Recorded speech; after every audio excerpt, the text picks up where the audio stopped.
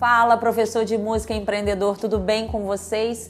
Mais uma vez, Tatiane Starling, poderosa chefona aqui, e eu vou estar respondendo aquelas perguntas que vocês deixaram lá nas caixinhas no Instagram, ok? E se você não está inscrito aqui no nosso canal, se inscreva, a gente tem conteúdo novo todos os dias, gente, não é uma vez na semana não, todos os dias a gente posta uma coisa nova, então se inscreva, compartilhe esses nossos conteúdos, porque eu tenho certeza que tem algum amigo seu que é um professor de música, uma professora de música, que está carente de ouvir esses conselhos, essas dicas que a gente tem dado aqui todos os dias. A pergunta número 1, que é uma pergunta muito corriqueira, a galera sempre pergunta: poderosa chefona, o que não pode faltar num contrato com o aluno? Primeiro, os dados pessoais de ambas as partes, data de começo e fim do trabalho, né, que vai ser desenvolvido, as regras que vocês estão compartilhando do dia, da hora,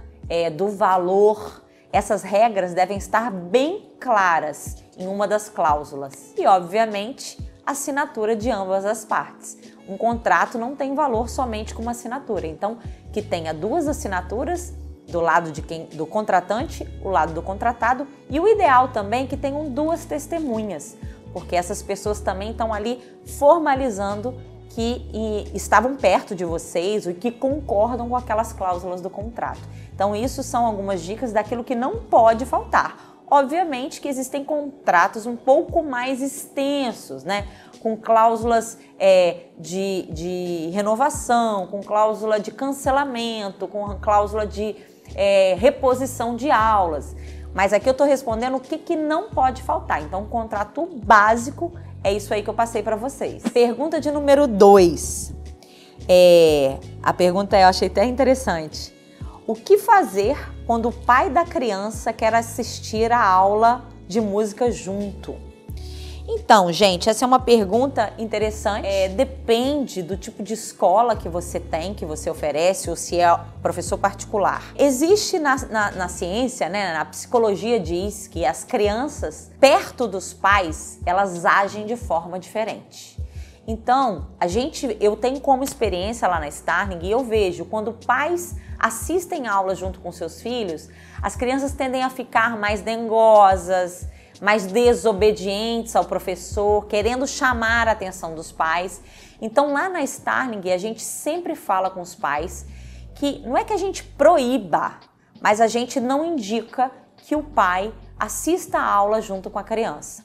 Obviamente que eu estou falando com crianças acima de 3 anos, porque muitas escolas aceitam que pais e mães acompanhem seus filhos até os 3 anos nas salas de musicalização.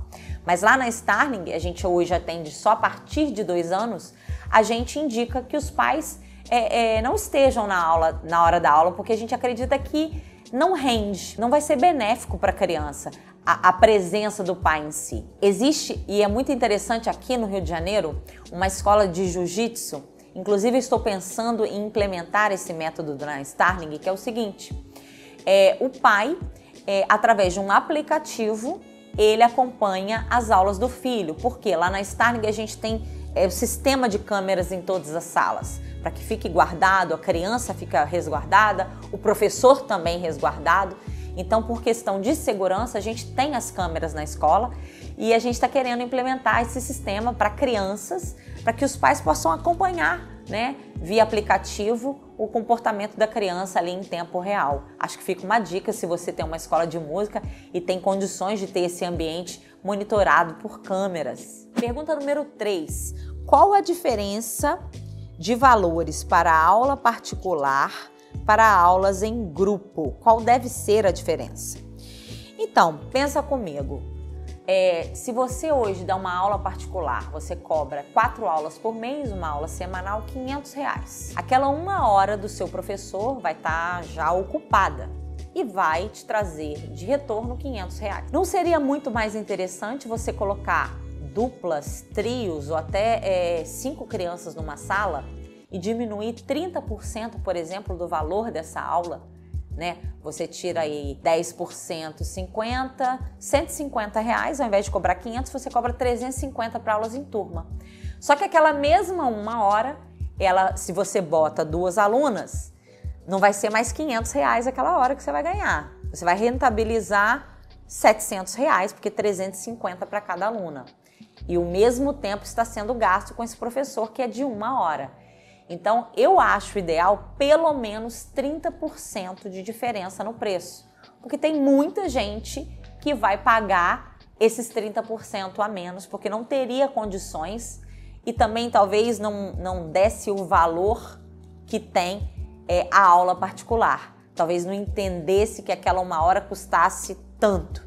Então, a opção de aulas em turma é muito legal, tanto para a escola, porque ela está rentabilizando muito mais aquela mesma 1 hora do que 1 hora para um aluno sozinho, e para aquela pessoa que não pagaria para um professor particular, ele tem condição de fazer aula com valor de aulas em turma. Então, eu acho sensacional, eu acho que o ideal seria que todos os professores de música que empreendem pensassem nesse modelo de aulas duplas, trios ou até 5 pessoas, dependendo do instrumento, porque é muito mais rentável.